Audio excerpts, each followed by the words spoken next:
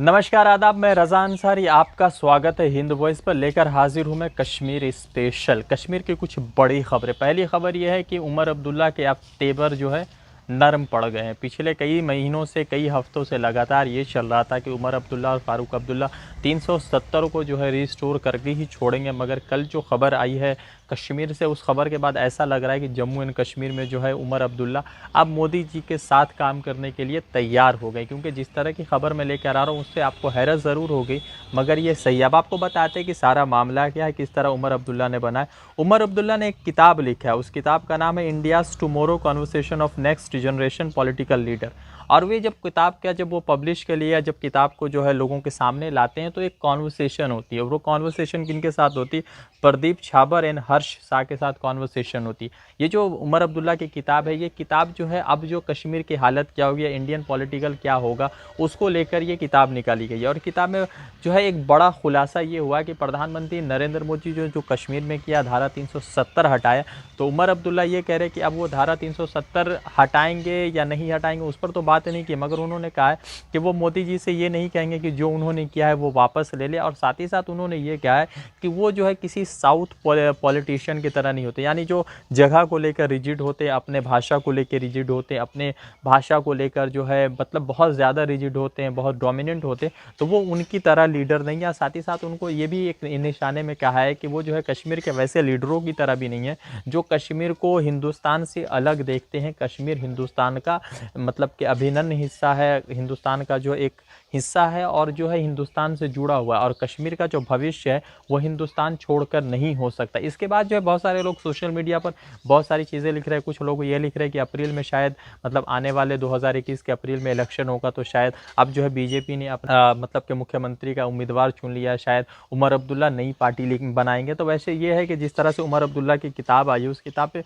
बहुत सारी ख़ास बातें होंगी। अब वो जब लोगों के पास पहुँचेगी, आप पढ़ेंगे, हम पढ़ेंगे, तो फिर एक मत कंक्लूज़न क्लियर होगा कि उमर अब्दुल्ला किस तरह से जम्मू एंड कश्मीर को लेकर या इंडियन पॉलिटिक्स को लेकर उनकी अपनी क्या विचारधारा है। वैसे उमर अब्दुल्ला की जो किताब है India's tomorrow conversation of next generation political leader, वो जो किताब है इसमें मुझे लगता है कि बहुत सारी चीज़ें ऐसे खुलेंगी जो जम्मू एंड कश्मीर के यूथ पॉलिटिशियन पर, या आप कह सकते हैं ऐसे लोग जो यूथ कैटेगरी से बिलोंग करते हैं, जो वहाँ के रीजनल पॉलिटिक्स में इंटरेस्ट रखते हैं, उनको लेकर बहुत सारे चीज़ खुलेंगे और खुलासे होंगे।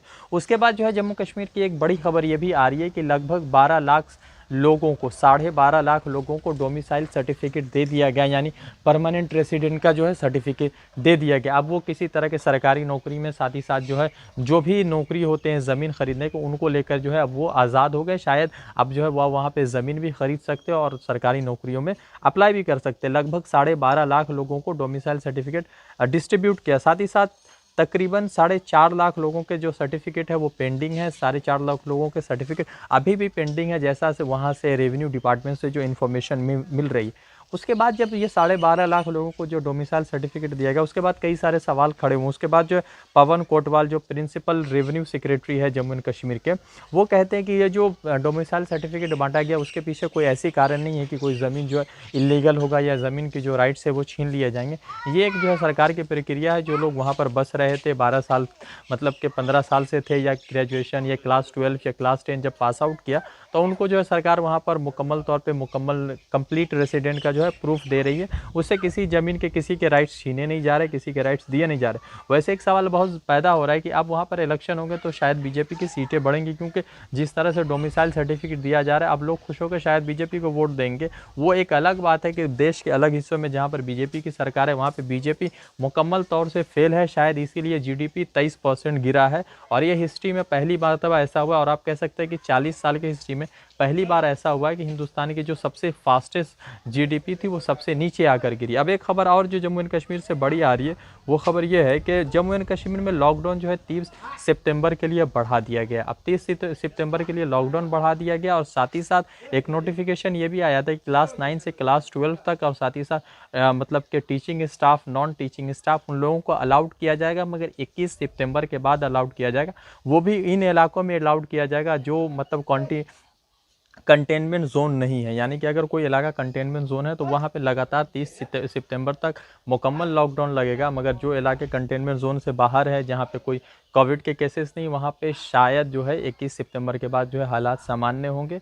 और जितने भी पीएचडी लेवल के स्टूडेंट हैं, 9 से 12 के हैं, या टीचिंग स्टाफ है, नॉन टीचिंग स्टाफ है, और जो सिनेमा हॉल्स है, रेस्टोरेंट है, वो सब जो है 21 सितंबर के बाद खोल दिए जाएंगे। कुछ टर्म्स एंड कंडीशन ज़रूर होंगे, मगर खोल दिए जाएंगे। तो ये जम्मू एंड कश्मीर की बड़ी खबर थी। फिर मैं आपसे जुड़ूंगा किसी नए अपडेट के साथ। शुक्रिया।